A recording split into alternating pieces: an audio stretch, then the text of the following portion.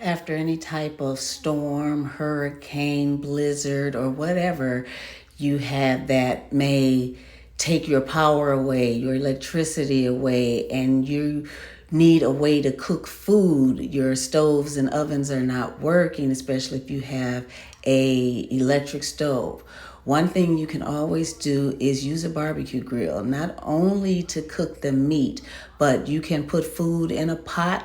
Take that pot, put it on that grill to heat it up, get it cooked. Make sure you have your charcoal or your propane or whatever you need prior to the storm, and you should be good to cook.